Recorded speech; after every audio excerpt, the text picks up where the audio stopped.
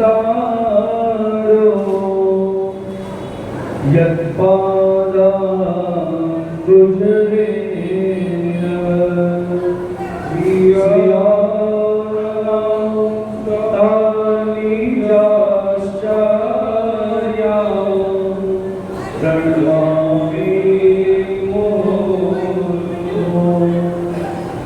यदनो ग्रहतो जंतो सर्वदुःखातिको भवे तमहं सर्वदा वन्दे श्रीमद्वल्लभनन्दनम्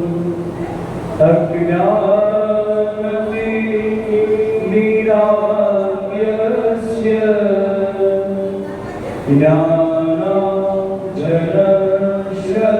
ज्ञानाञ्जनशलाकया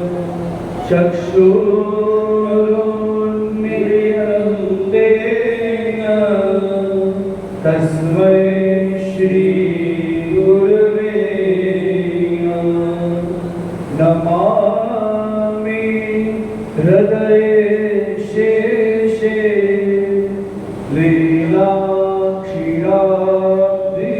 लीलाक्षीराब्धिशायिनं लक्ष्मी सहस्रलीलावे सेव्यमानं कलानिधे चतुर्विश्व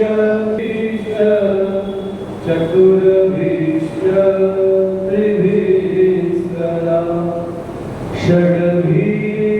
षड्भिर्विराजते योषो पञ्चधा हृदये मम गोकुलस्य तुया गोप्ता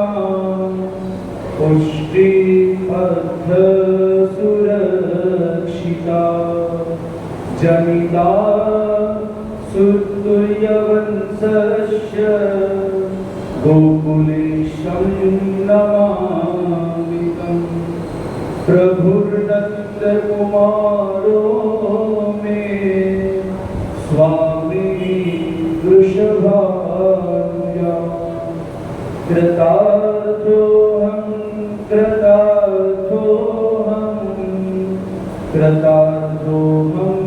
न संशय श्री गोवर्धननाथ पादयुगल हैयं कवीनं प्रिय नित्यं श्रीमधुरादिवं शुभकर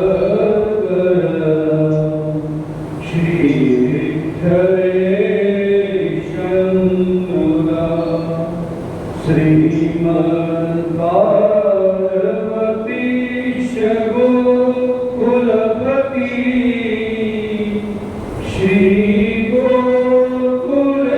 श्रीगोकुलेन्द्रो विभो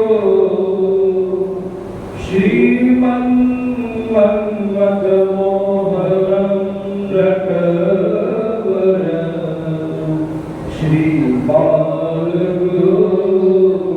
श्रीबालगुरुशम्भरी श्रीमद्वल्लभविठ्ठलो गिरिधर गोविन्द रायावीर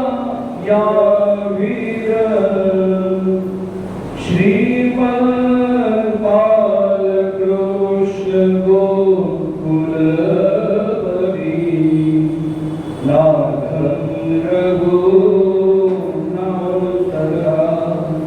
एवं श्रीयज्ञनायकं किलगल श्यामं च तत्र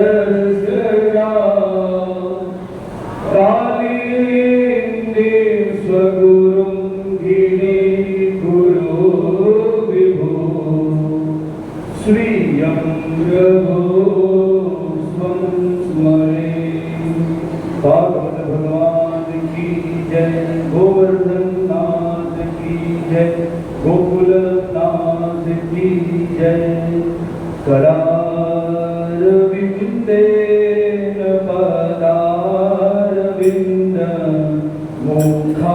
मुखारविन्दे विनवेशयन्तरं वटस्य वटस्य कोटिशयानं बालं मुकुन्दं मरुतामरामि श्रीकृष्ण गोविन्द हरे मुरारे श्रीनाथ नारायण वासुदेव गिरिवेदि मत्वा सुखमेकमेव गोविन्द नामो परमागमेति चित्रे कृपामा चिरगोपकन्या मोरारिपादा तिष्ठते सर्वते कत्यादिकमो भोज्यातभोज्य गोविन्दनामो धर्मागवेति गृहे गृहे गोपवधूररङ्गा सर्वे मिलित्वा समवाप्तयोगं पुण्यानि नामानि पठन्ति नित्यं गोविन्दनामो परमागमेति सुखं शयानानिलये निजेते नामानि विष्णो प्रवदन्ति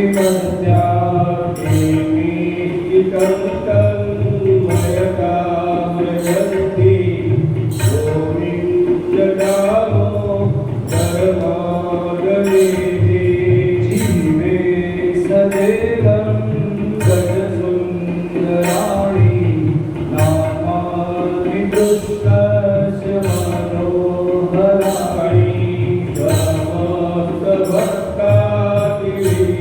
समस्तभक्तादिवीराशनानि गोविन्दनामो धर्मागमेति सुखावसाने इदमेव सारं दुःखावसाने इदमेव वीरं देहावसाने इदमेव दास्यं गोविन्दनामो धर्मागमेति श्रीकृष्णराधा गोकुलेश गोपाल गोवर्धननाथ विष्णु जीवेति मत्वा सुखमेकमेव गोविन्दनामो परमागमेति शिवेरसग्ने मधुरप्रियात्व सत्यं हितं मम परमं वदामि